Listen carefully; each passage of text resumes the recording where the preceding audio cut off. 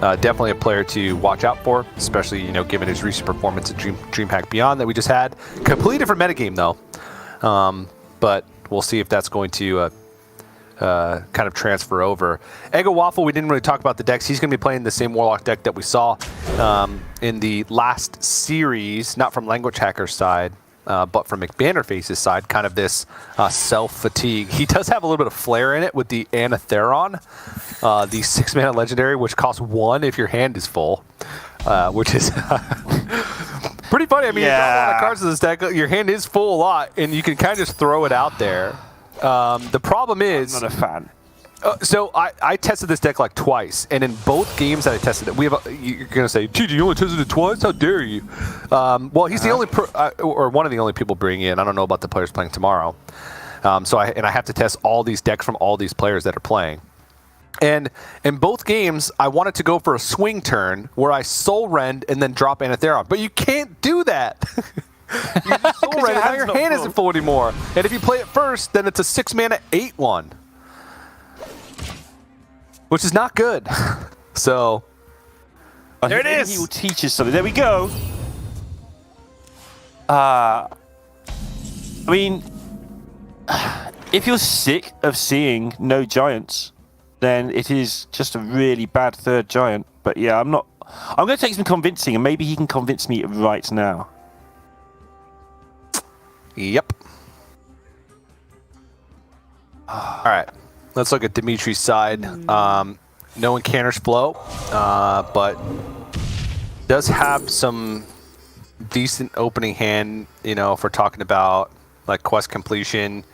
Is missing a frost spell that doesn't need a minion, right? That's like the biggest one. Again, no Shattering Blast, which like Shattering Blast, you're gonna be like, Shattering Blast just in a vacuum just is not a good card. But honestly, even if you're not looking... There it is! 1 mana! Oh, I'm sick! Oh, it's an 8/6. It's coming out on turn 4. You just play it. That's what you're doing wrong, TJ. Oh. You just don't have anything on the opposing board, and there it is. Bam. 8/6. Oh my gosh. And you know what's crazy? He didn't play the tour guide. Right. Because he wants to be able to raise dead it back next turn. That is actually really smart. I love it. See, you were doing it all wrong on your 2 games. You should have played 3. I should have played 1, to be fair. It's causing so many problems. Yeah, I guess I did need more than a 2-game sample size. Or you needed to play against Mage, maybe, because it's probably not that good against most decks, right? Oh, wait, Dimitri can complete the first portion of his quest here, and then snap freeze it to get the second frost spell on the next portion of his quest, right? Yep. Yep. Nicely sequenced as well. Yeah, this is going to be a brutal game. He's got the flow. All right, just coin Blue flow. Card. Snap freeze, coin flow. Go. Oh, but he doesn't want to kill it. Because he doesn't want it to get raised deaded. Yeah. Smart, man. He's got the Battlemaster as well, Lotheb, in his hand, ready to go. He's just dead if he doesn't kill this. It's just a casual 32. And so that snap freeze actually was sick.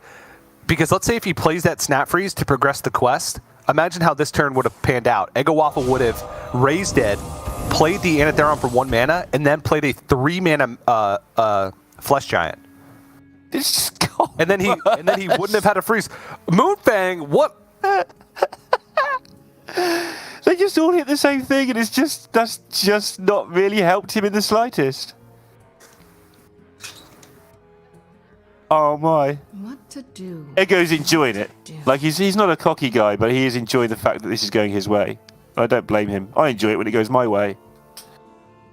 So we haven't seen this from any of the Warlocks today, like the actual purpose of this deck, right? Right. Like this is the deck firing on all cylinders. You get down just big early threats, and then from that point you're just constantly threatening Battlemaster. Right. He's just gonna throw every piece of damage he can at this thing. Oh no. And this stupid 8/6 is just still there. Oh! Eggowaffle just raised Dead's that back plus the Flesh Giant. Can he play both? No, he can't play both.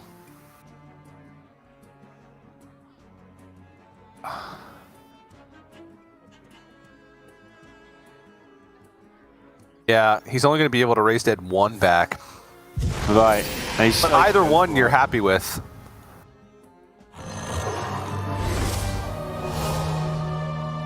He's fine.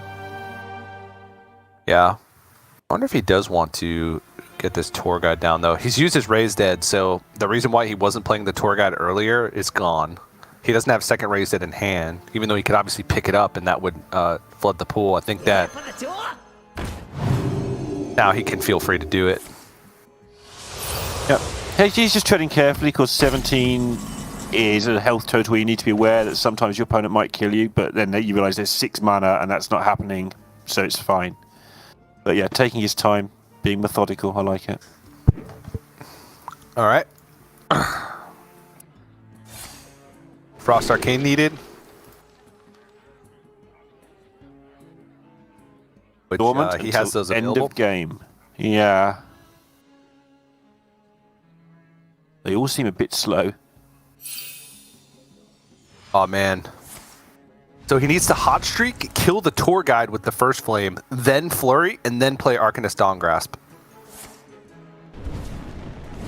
Okay. And that's actually got a lot of work done. Like, we've been laughing at Eggo's amazing start, but yeah, DimitriKazov's start's also actually been pretty decent here. Job's done. Well, like, holding the snap freeze was sick. Both players like played this early game really well.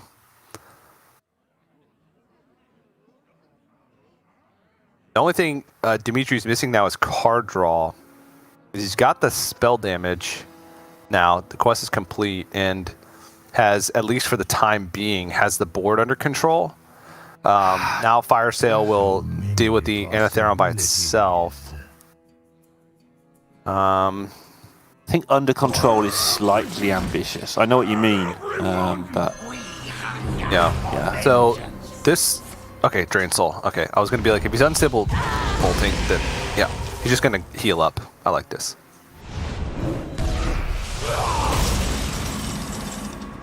Because the reason I'm sort of being a bit skeptical about the board being under control is Eggo has got time because of the 30 health or 29 health. And the fact Dimitri has no card draw, he has time to just plop down a big minion every turn, and Mage will run out of answers to that. Yeah. I wonder.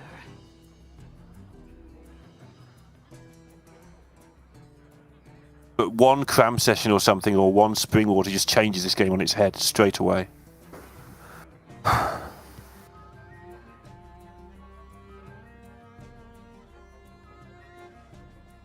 I wonder. Ugh.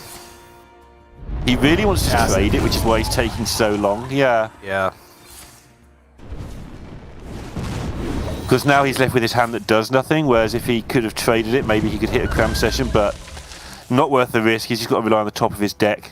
You'd rather rely on one card when their opponent has nothing than with, what he's doing now. If he traded it, he'd be relying on one card still, and his opponent would hit him for $1 million next turn, and that would hurt. Yeah.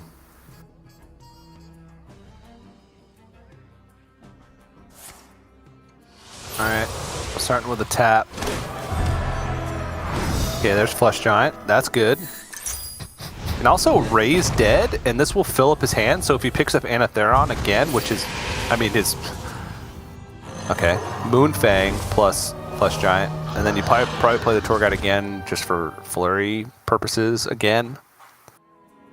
That's both raised dead's gone, so I don't think there's any reason not to play it, right? I agree.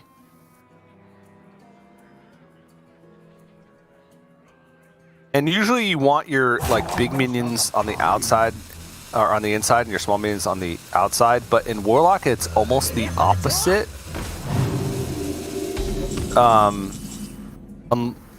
So the reasoning is because a lot of times you can kill off your own. You can play the Battle Master, get the Wind Fury from your small things, kill off your small things, and then another minion will move over and be able to get Wind Fury as well. Yep. Like unlike Paladin, where once you place a minion, that's it. It's there. Like you're not going to kill it off yourself unless you're trading it in. But if you want to like maximize damage, in this case, if the Moonfang and Flesh Giant stick, actually, if Ice Spirit comes down, I don't know. It still wouldn't be lethal, but you get my reasoning. Right? I get the point. Yeah, definitely. Yeah. You move along and do the old direwolf trick.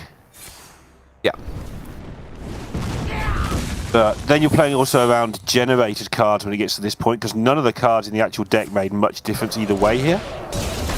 Yeah. And there aren't actually that many generated cards in this particular build either. He's got the 1/1 Thief and the Studies. But not a lot goes on really in this deck. It's actually something we've seen about the whole format is most of the cards start in your deck right now. Yeah. Thank goodness. Okay, Eggowaffle can actually come play Baron Scavenger back. Oh, no, he can't. He'd burn it. I was going to say you could play Backfire, which would complete the quest. Right. Do you mind burning it? Yes, you do. Because it might be his only win con, but I think he wins this eventually with a Battle Master when DimitriKazov eventually misses on a turn.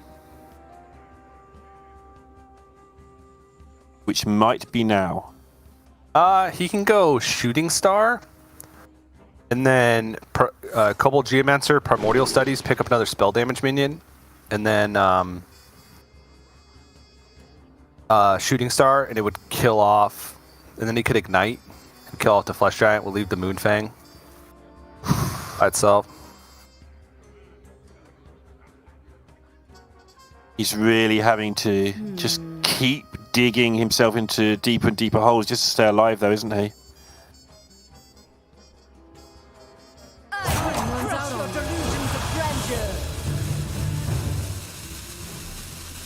I mean, that's preferable to the alternatives, but the play you just described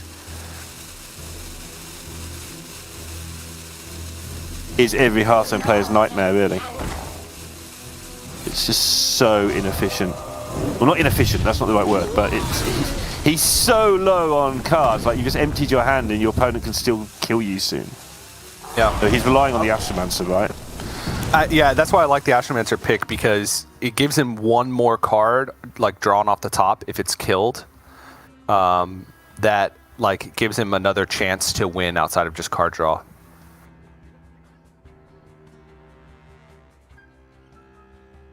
Right, Eggo, you've got an open goal. So with an open goal in mind, he can plan 2 turns ahead here. The sequence of events that kill him next turn are so unlikely that he can work out where he wants to be in 2 turns' time.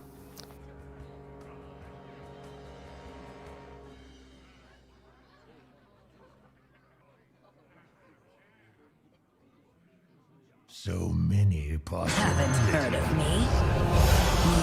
He's going to take the opportunity to get the most out of this Tamsin that he can. Yeah, She might stick. Almost out of time. He wants to be able to complete the quest and like get the quest meeting down and heal up as much as possible. I think healing up as much as possible is like the goal number 1. So he's gonna Mortal Coil, then Mortal Coil again, and just leave the 1/2 up, and that's fine. I wonder if he got it all off. I'm sure he did. Yeah, he looks comfortable. Although, like I say, Eggowaffle's always going to look comfortable. That's one of his traits. But yeah.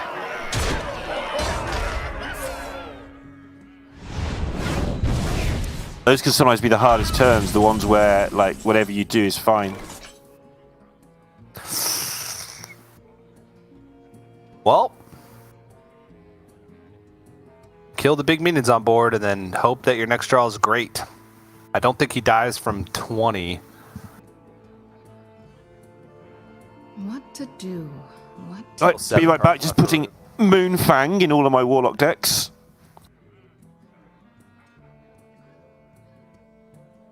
It's been impossible. It's eaten so many cards and damaged this thing.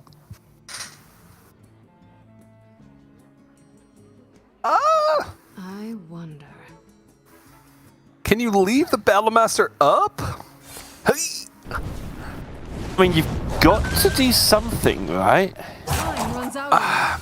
Using your entire hand every turn to kill your opponent's board is not getting you there.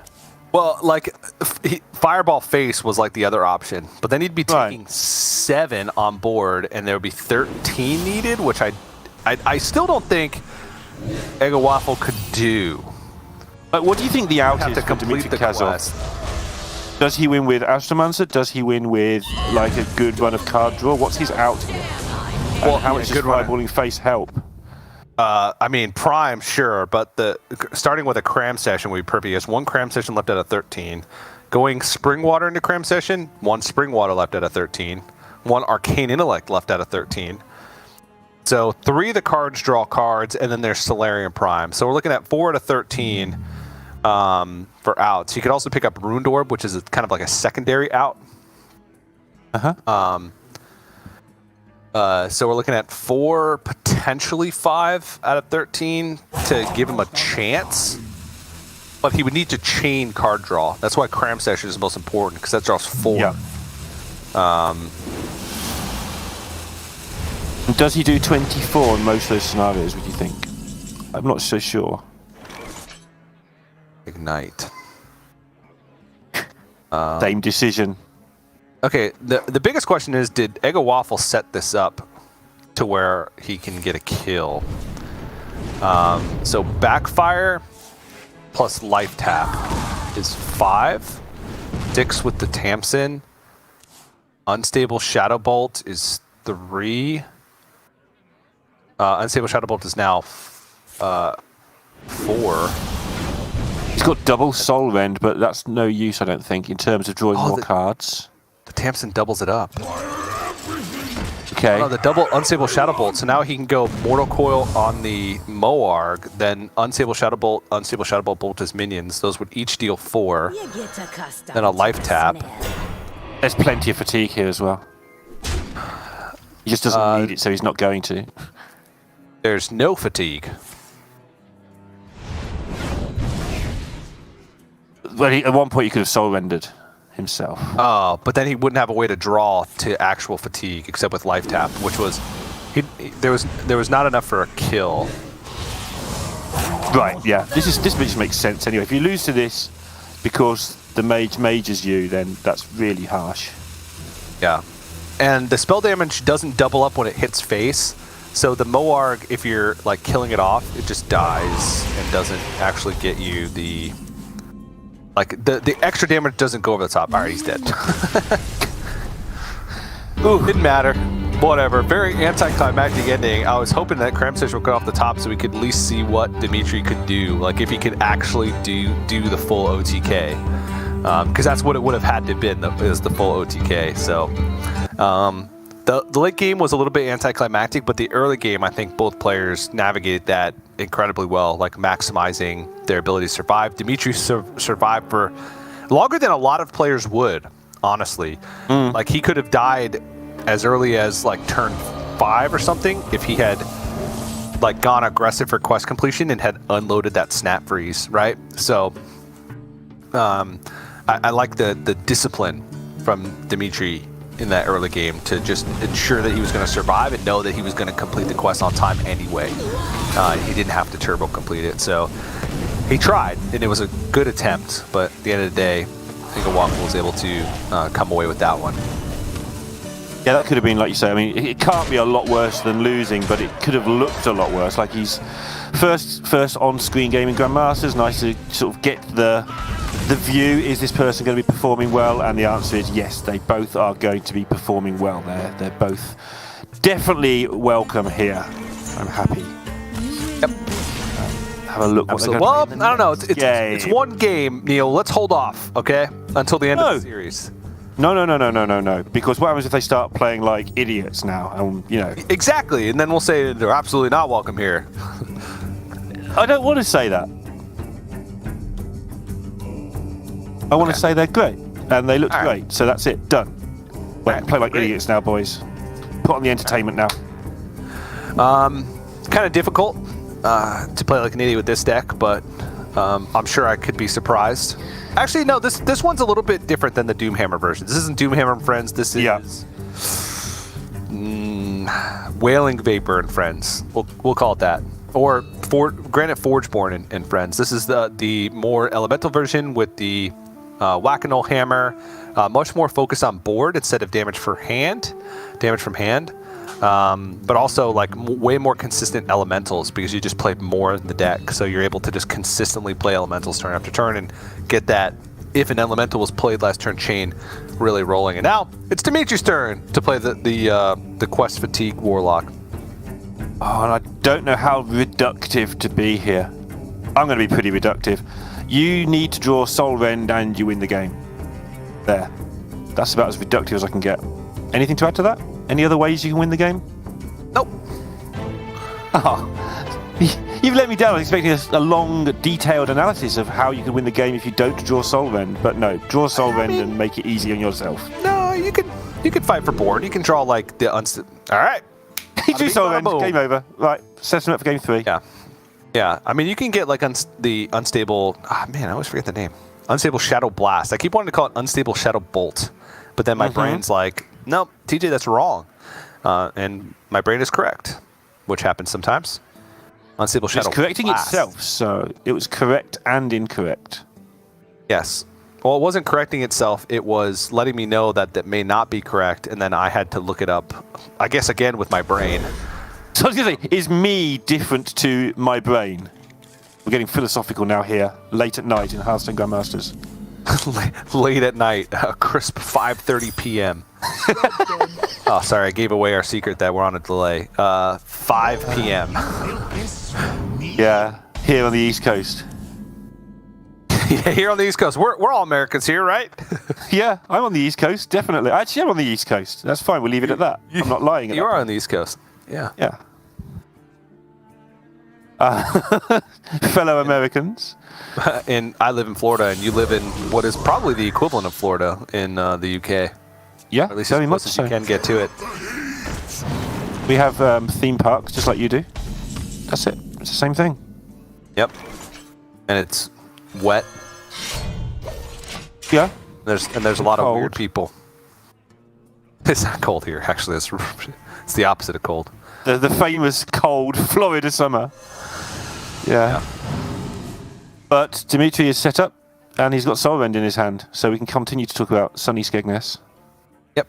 And he kind of needs to just get that Soul Rend out there right now, even though, like, you know, a couple of Chuckleheads and an Arid Storm. But the Arid Storm is what you're really worried about because there's a Whack-A-Null Hammer. So if you leave that up and Whack-A-Null Hammer hits the 1 and 3 on the Arid Stormer, and now all of a sudden it's at 6, and you're taking a lot of damage in the meantime, you're not a happy camper.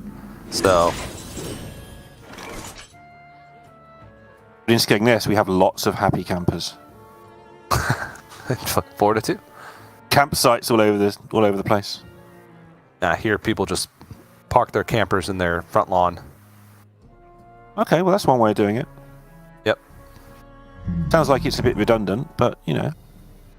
I've never seen it anywhere. Well, I've lived in a lot of places compared to like the average person, like the average American. I've lived in like six different states and multiple areas in each of those different states.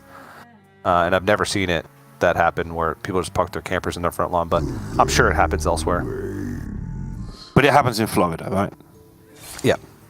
Perhaps that's their final destination. Perhaps they had that camper all their life and they decided to retire to Florida and they've got nowhere to put it, so they just dump it on the front lawn. Or do they live in? Sure. And use the house as like a really big garage. Yeah. Possible. All right. Soul Rend was played anyway. Yep. Soul Rend was played. There's a Hearthstone game happening. Eggowaffle has a couple of options, but then again, not really a couple of options. I think Menacing Nimbus and Cage Mask Custodian, even though it's not that much power, is probably better than the Canal Slogger.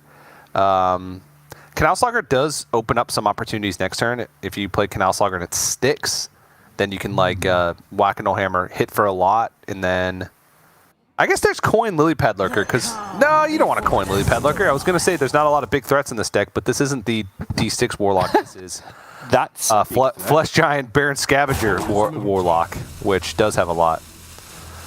and Alakir, which I keep forgetting exists until people hit me with it from out of the blue for a lot of damage. And now he's got an Earth Elemental, which maybe the overload is too much, but it's a nice chunky minion to throw out there and start trying to get some damage down to bridge the gap until you Alakir them. What the heck? That's the most expensive Flesh Giant I've ever seen. Cost 6. I didn't know they went up to 6. How do you get a 6 mana Flesh Giant? Wow.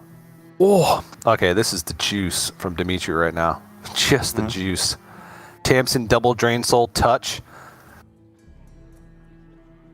You can even go Tamsin double Drain Soul touch double Mortal Coil draw a card.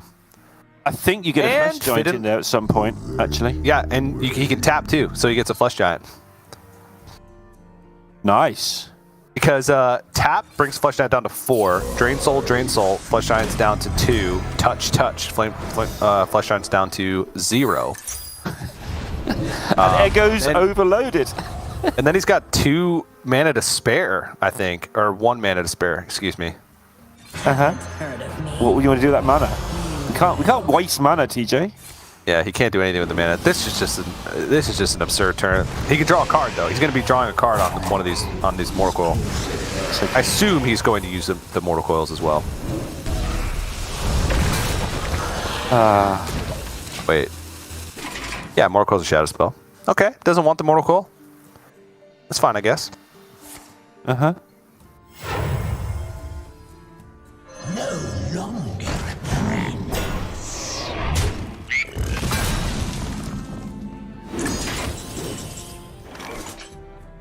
Just Soul Rend. Cool. Good story.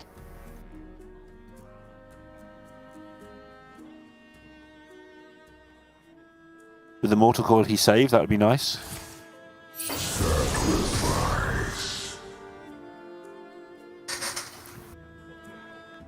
Now he's got the Unstable Shadow card.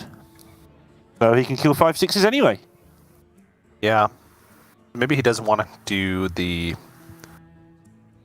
Soul Rend here. Yeah, he can hit, go Mortal Coil, then Unstable Shadow, Blast, and then Backfire takes Backfire. him down to under 10 cards, right? And then he can play. Yeah. Yeah, and he gets the reduction as well, which means that no, the Baron Scavenger always costs 1. Wait, no, that's not the case. It's different than I-Beam. Could he have? No, he couldn't have brought it down to 1 first and then done it. But Backfire costs 2 anyway, so he can still do it because it costs 1. So he just unloads There we go, Flesh it Giant, worked. unloads Scavenger, bada bing, bada boom. Your turn. Forget about it.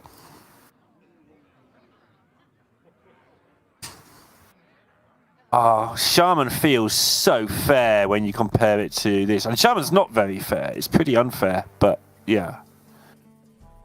Well, I think it'd be like if I was in the shoes of a Grandmaster, I would probably have erred on the side of Doomhammer or Quest if I was going to bring a Shaman over just like the straight Elemental. Right. Obviously, it depends on the matchups you think you're gonna be going up against, but Shaman's king of the aggro matchups, right? I wonder. Like, if it's all aggro versus aggro, you want the Shaman. If you're expecting a lot of hunters and priests. I think Priest is the king of the aggro matchups. All right. Like if the metagame was all aggro, like board-centric aggro decks, I think Priest would be good. There is little time. The trouble is with the priest, I'm wrong. it does get shut down by a 6/5, 6/6 or something like that quite easily. Yeah, but it's hard. You've got to shut it down. Yeah, you've got to get there. balls. Yeah. Yeah. So whose shoes would you be in? If you had a Grandmaster's shoes, which ones would you choose? While we're waiting for this game to end. I don't know. Probably Eggowaffle because he's tall. I assume he's tall. He looks tall. Actually, He never. does look tall, yeah. I've never met him either. Yeah. And I have big feet, so I need someone who's tall, or else I won't fit in their shoes.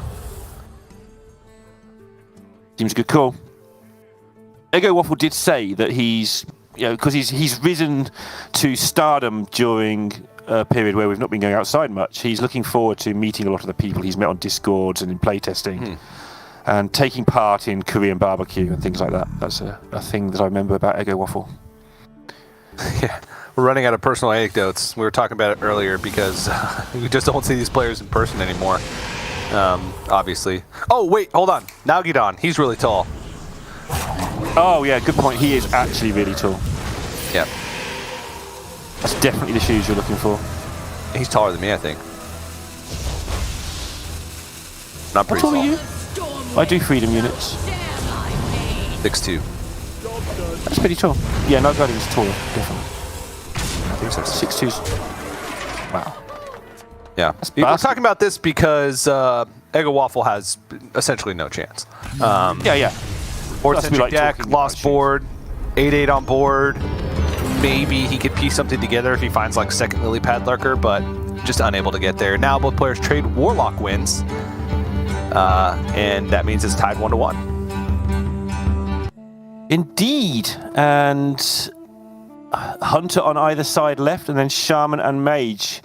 We are actually going to get to find out which is the best out of Shaman and the Hunter, most likely at some point here. But Mage, people don't like playing against Mage, do they? Everything's geared up to beat Mage at this point in the season. Yeah, wait, people don't like to play Mage? Yeah, that's play how it against feels. it, or they don't like to play it?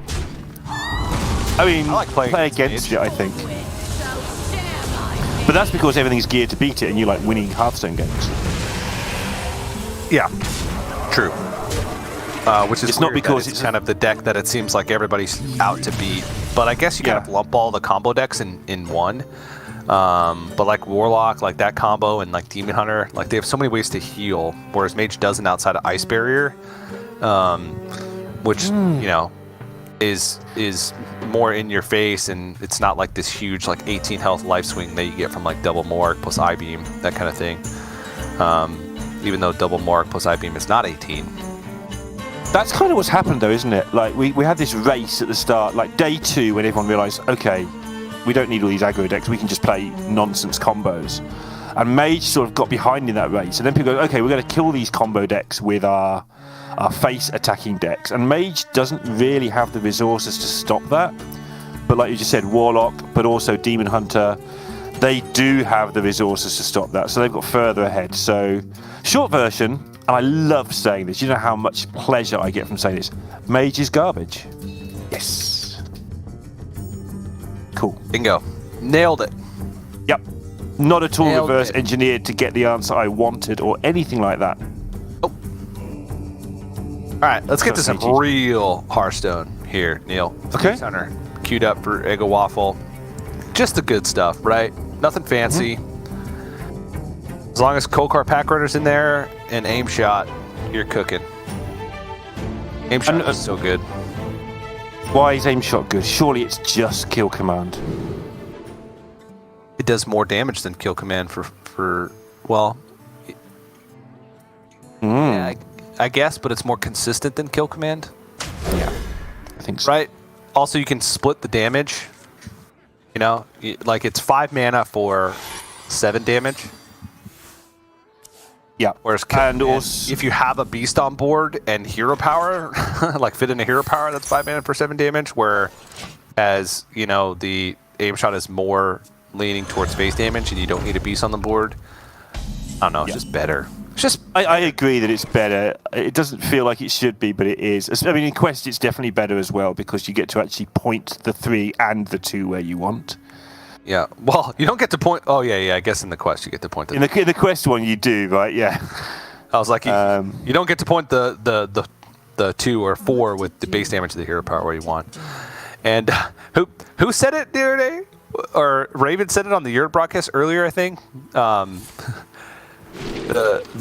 5-head move, you play Imprison Felmaw because while it's a minion, it can't be targeted. It deals 5 damage anyway. That's nice. I like Can't that. brain freeze it or flurry it. It's just gonna get its 5 damage in. So even though it's a minion, you're fine playing it.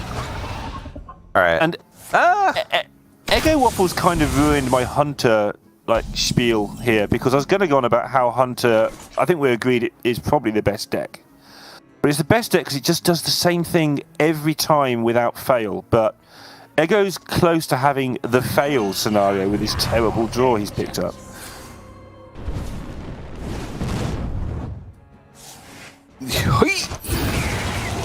He's got faith. He's got faith in it going face. Look, he's trying to dodge it. He's trying to dodge it in real life. Oh, man. If you get hit by a Felmore in the game, does it hit you in real life? Oh, my goodness. Let me work my magic. In a way, though, this isn't... I mean, yes, he took 5 face damage, but it's not terrible because now he gets to go Ice Barrier, complete the first portion of the quest, and then Brain Freeze, which kills the imprisoned Felmaw. Which will also get him once the Frost portion of the next quest. Oh, okay. This is cool. Eggowaffle foregoing the damage to face in order to kill the Blood Mage Thalnos.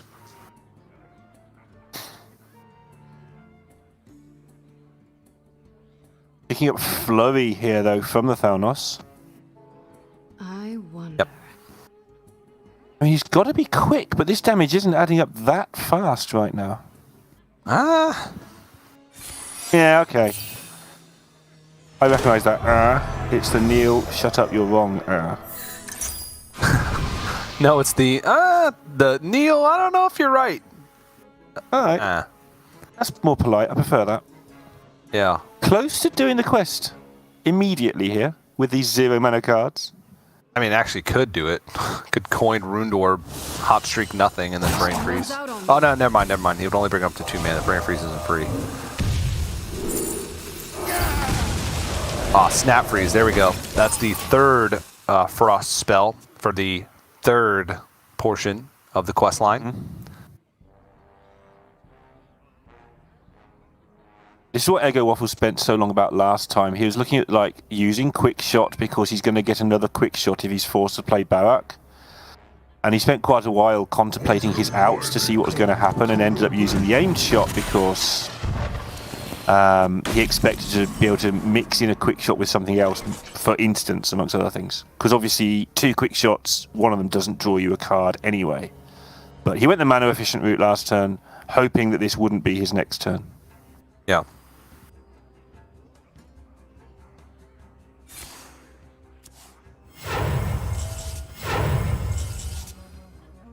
This would be great if he'd got a flow.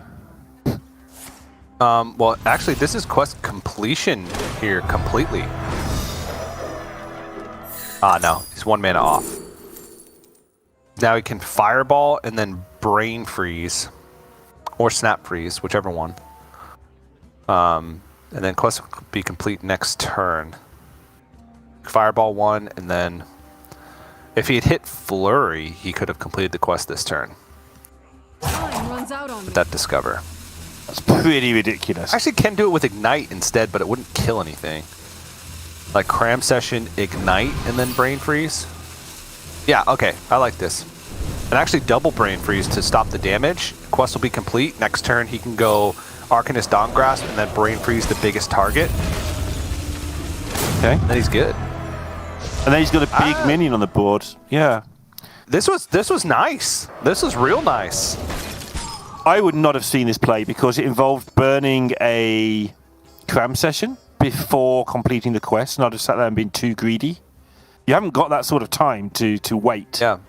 He's got a Spring so Water, though, so I think he's okay. Yeah. And he's also going to have a 7/7, which is always fun against Hunter because they have to kill it. Yep. Well, they have to kill it if you're this high on health, at least. Well...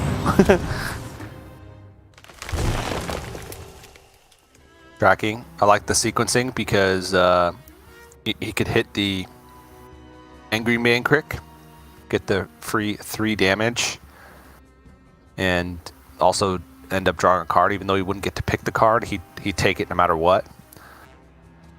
Yep. He's going to do a lot of damage in short time here. Is he going to have to start weaving in the hero powers? Yeah, he still hasn't hero powered after the aim shot that came out on 3, so he still has a juice hero power.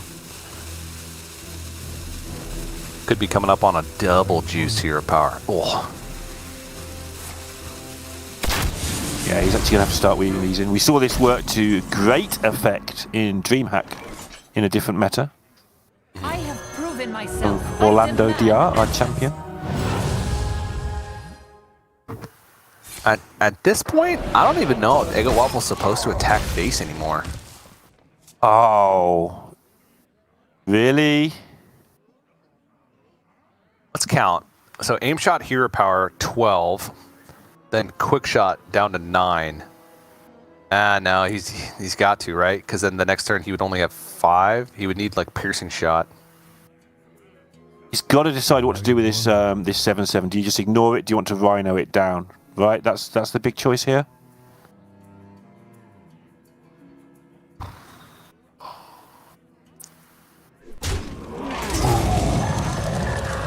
Yikes. All right. 16. Still needs at least 2 turns. One thing going for Eggowaffle is that Dimitri has not played an Encanter's Flow. However, these are big. Just looking what burn Eggo has left in deck. 'Cause it can't be much. Double piercing shot. What to do? Kind of, yes. At this point, he doesn't want the Angry Man Creek to come out because I know, right? behind, which is kind of an interesting dynamic. But yeah, that's it. Like he's played one aim shot, he's got both quick shots in hand, so it's just piercing shot. And the awkward part about that is he doesn't have anything to piercing shot. He would have to find a target for Adorable Infestation and then get the Adorable Infestation down. And he's running out of time. He's at 14. Dimitri still has draw left in the deck. What's the pickup? All right, so it is a piercing shot, but again, no target. But now most of his deck is out if he has the mana and the time. So let's see. If he goes aim shot, hero power, quick shot here, that's 10. You put him to 6. Would need any 1-mana minion next turn to be able to go 1-mana minion, Adorable Infestation, piercing shot the 1/1, and then hero power to deal the last points of damage. Sure. Wound Prey, that's one that can make him a 1/1. Yeah, Wound Prey as well. That's another out. So that's 2 more outs in the deck. So yeah, it's just aim shot, hero power, quick shot, and then hope that Dimitri doesn't kill him, and then 2, hope that he draws one of the outs. It would be Volpertinger, Demon Companion could do it, Intrepid Initiate would do it, Wound Prey would do it. There's a lot, but he has to survive. He's emptying his hand out there, even though it doesn't really matter, just in case the card draw ever matters. Just mechanics and stuff. Ruined Orb. No lethals can be found right now from Ruined Orb. Ruined Orb Fireball would do it, but it would be 1 mana short. This is what happens when you don't draw flow, TJ. This is why you should always draw flow. If you're playing Mage, draw your flows. He's going to be looking for Counterspell, probably. Yes. Yeah, he's worked out what's going on, obviously, because there's no secrets here from Eggo. I didn't mean now for the flow. I honestly think that I would have liked to see Ruined Orb and then try and get the Counterspell. Yep. He didn't get it, so it doesn't matter, but... Time runs out on All right, a lot of outs. Imprisoned Felmont, not one of them. Let's count them. Had 16 cards left in his deck. Demon Companion does it, that's 1. Intrepid Initiate, that's 2. 2 Wolpertingers, that's 4. 2 Wound Praise, that's 6. 6 out of 16. Okay. Trying to work out if there's any world where he could have been doing attacking at this point, but I think this is correct, just to do nothing. And this is kind of the anti-Raven sentiment where, I played Prison Felmont, it has Dormant, so you can't attack it. Well, sometimes you need to attack it, Raven. Was his best chance... Oh no, it came from hand. It's okay, it's fine. Just this secret came from deck. I was going back. I had a flashback to the days where people used to play like a million secrets and pretend it was the other secret, and he didn't go face to test. But there's only one secret in the deck, so that doesn't. Yeah. All right. DimitriKazov up 2-1 in the series now. Only deck remaining, I believe, is his own Face Hunter, which is, yep, card for card the same. Yeah, Face Hunter. It's weird. We were talking about at DreamHack how there's He plays double Wriggling Horror instead of Imprisoned Felmaw. That's the difference. Okay. 2 cards off. Not seen many Wriggling Horrors, but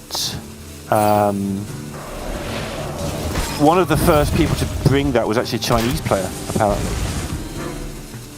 XMG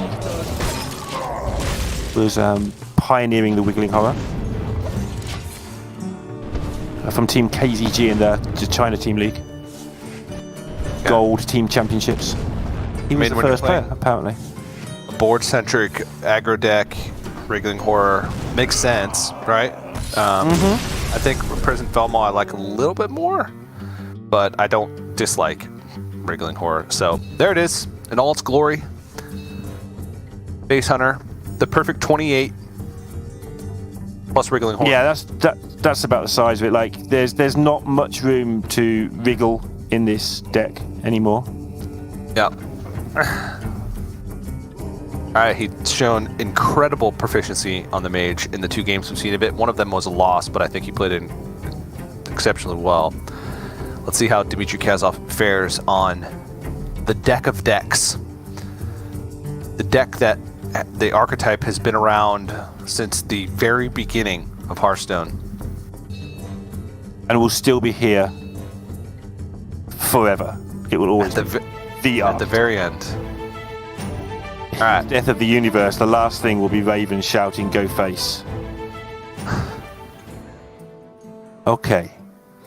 And the reason that there's not much room for maneuver in this perfect 28 plus in Hunter is really its strength comes about because of all the combo decks going on, etc. right now, which means you're trying to build a deck that most consistently does 30 damage when it's not interfered with, right? You're not working out, do I need an arcane shot from my opponent's 3-2 as much as you used to, so now it's a lot more easy to solve the best 30.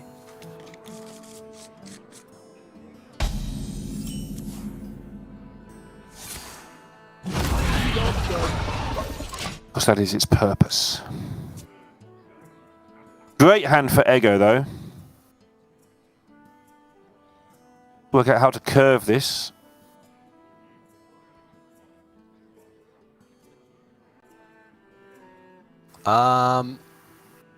It's Wailing Vapor, Coin, Kindling Elemental.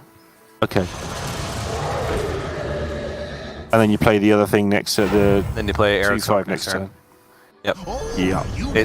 You need to be ahead on board in this matchup. So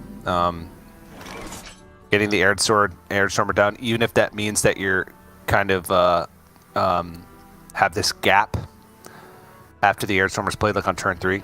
He'll have plenty of stuff to try and pick up in the meantime. Has a Lightning Bolt to fight after that as well. Yeah. Not a good hand for Dimitri, though. This is...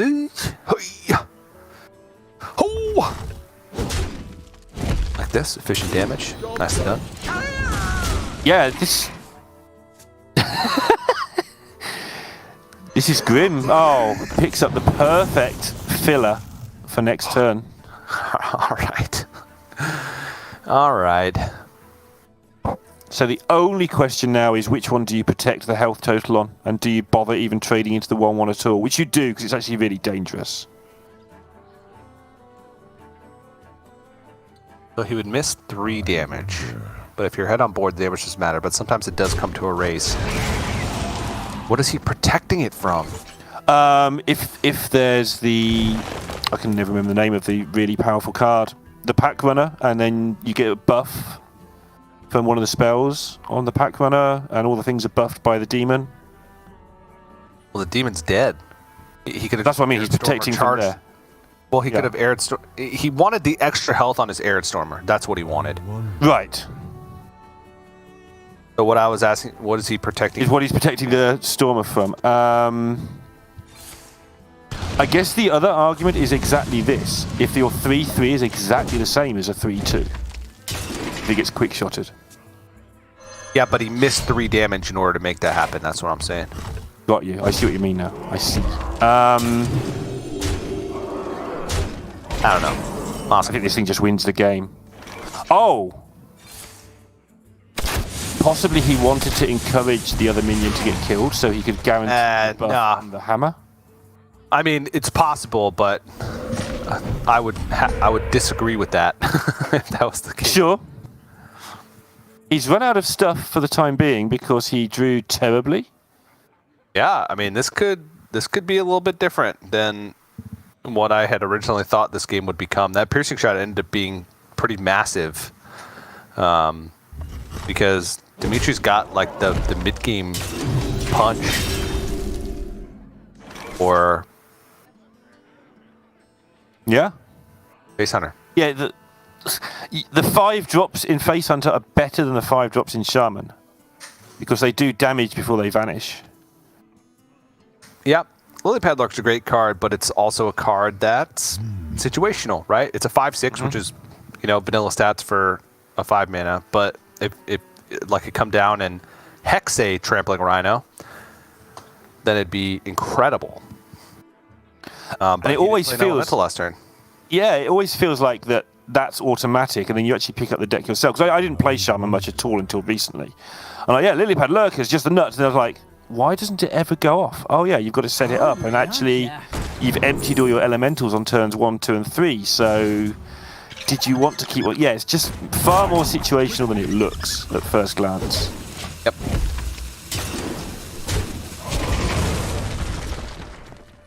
And I like this play a lot from Dimitri. He puts the most power on board. It's 9 power. They had many other play that he could make. Also, Shaman is good at dealing with one thing. Like, they have Gyre Worm, Lilypad Lurker, Lightning Bolt, Serpentine Portal. They're great at that. He's already seen an Air Storm, but there wasn't an Elemental played last turn, so it wouldn't have Rush. So, and this is just the most power if this ends up being a race. So... Yeah, and he can just build on that now by going as wide as he likes, and trading's interesting here. Want to know why they call me? Don't think he does, but I was fine with Intrepid Initiate, Aim Shot, trade the Wrangler, and then Hero Power that turn. This is good too because it gets him further into the burst, draws the second aim shot. So now he's got the damage from hand, so he can fight on board with his minions with the help of these spells, and then be juicing up the hero powers along the way. I think Dimitri might have this one. I think Eggowaffle's now a little bit far behind. Like, how much damage could he deal? He would need to race, right? And he would need to Fire Elemental Face this turn, bring him down to 9. Next turn, Fire Elemental Face again. And then Serpentine plus Lightning Bolt. So he'd need 2 additional turns after this. 25 health disappears incredibly quickly, especially with minions on board. it does, but because he's so low, Dimitri does have to deal with the opposing minions as well. He can't just straight everything to face. But even with that in mind, the minions he has right now are 9 damage. He's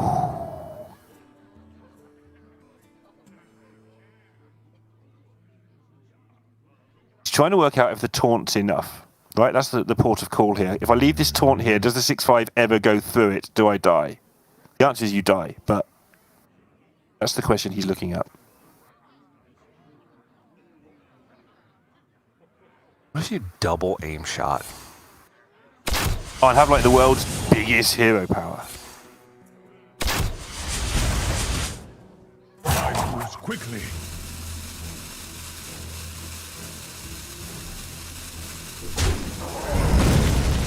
You can see DimitriKazov is not happy with this. He doesn't feel he's optimized this turn. He's just done the best he could. The rope started going, so he just picked a line that didn't look bad. But you can see that he's not convinced that he's made the best play.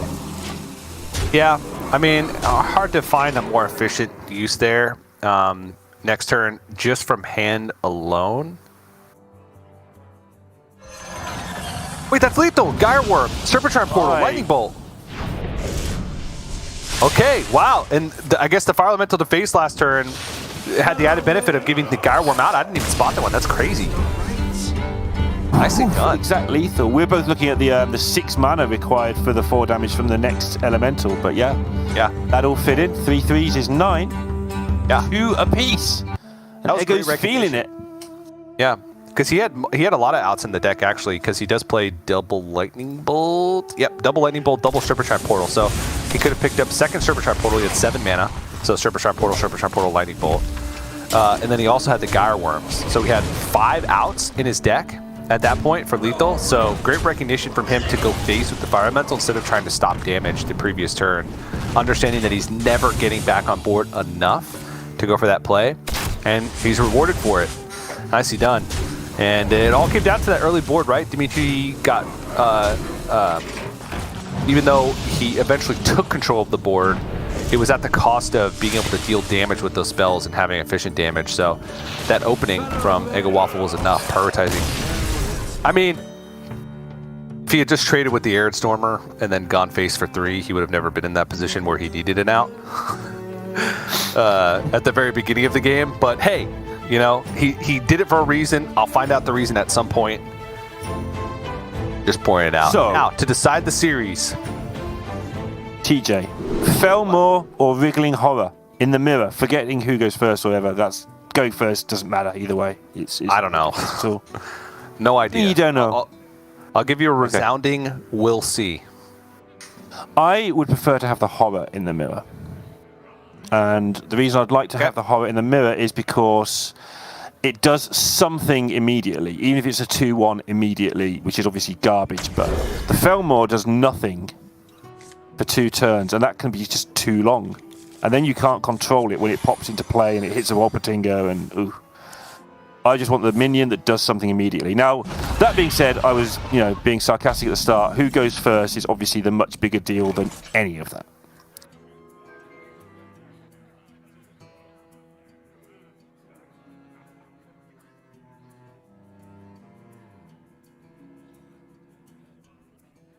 You're talking about aggro versus aggro. Every mana matters. EMM.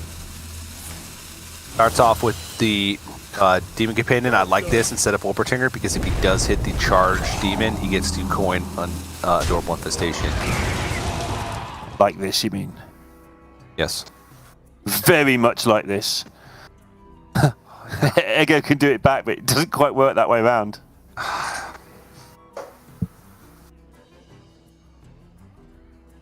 He has no other play, right? You can't just play the pack runner to its untimely death. That's just no use. I wonder. Oh, okay. He's got to go for a swing. Yep.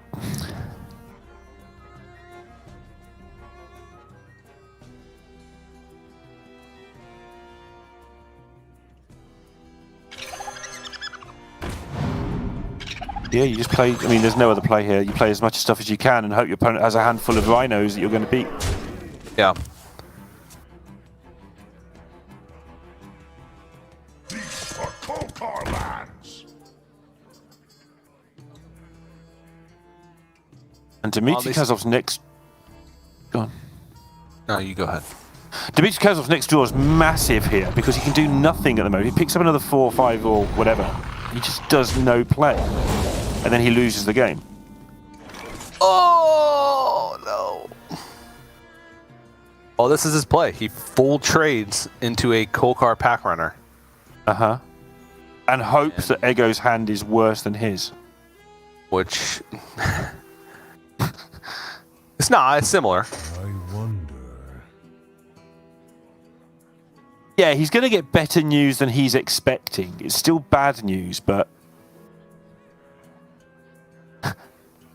Eggo might not be able to pounce on this quite like Dimitri's expecting.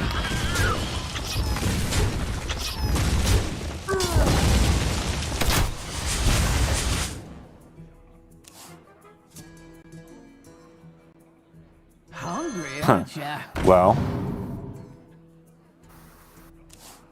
Take big rhinos. And now whenever Dimitri tries to get back in the game by playing anything at all, it will be instantly obliterated. Yep.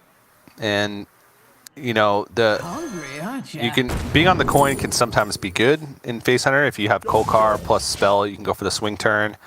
Dimitri did have the swing turn, but it was on turn 1. But because it was dealt with and because he had that whiff on turn 3, being 1 man ahead is just so huge because you get to do things like this where the responding Rhino feels much worse than the proactive Rhino. Yeah. Yeah. To the point where he's not even going to take it up.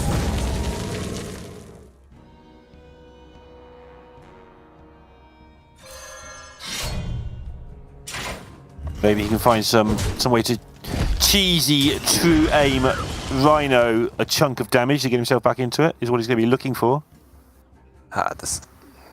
Yeah. Yeah. See, imagine if this Felmore was a wriggling horror now to do an extra point of damage. Yeah, because he probably won't. He'll probably kill him before that damage even matters. Because next turn he's got the aim shot, quick shot, hero power. So if anything sticks, he just wins. Because that's How much 9 damage or 10. How much does he take here? I don't think Dimitri can get out of it, but he can do so much damage here. Ah, true. Yeah, because he can Rhino into the Wrangler. Or you do this way first because then it reduces the attack, and then he. Okay, well he's dead. He went for max damage to try and set up for the 2-turn lethal, or a potential 2-turn lethal, understanding what was behind it. But aim shot, hero power, quick shot, plus the attack from the Warsong Wrangler. That's a dub for Eggowaffle to start things off. Yep, and again, that's the most you'll ever see him react unless he wins the World Championships or something, I think. He's usually pretty calm. Good start for Eggowaffle, but a good performance as well for Dimitri. I'm happy. 2 more of our new players showing well. Can I say that now, or do you want me to call them idiots like you want? No, you could say it. I think that was pretty clean play overall. I think it was pretty clean play overall. So the newbies coming in, having a solid first week. I appreciate it. And outside of McBannerface, all of the new players either made it into the top 8 or were eliminated by other new players. Kayla's made it through. Eggowaffle made it through. DimitriKazov only didn't make it through because Eggowaffle beat him, and McBannerface being the only one who lost to a non-newcomer that didn't make it. So I think that's a pretty good record overall for the New America's Grandmasters to get things rolling. So not bad. So I think Dimitri can keep his head held high, put up a good fight, but we'll be seeing Eggowaffle tomorrow in that top 8. Indeed, and we will get to see Kelly's Luna, the other newbie, tomorrow.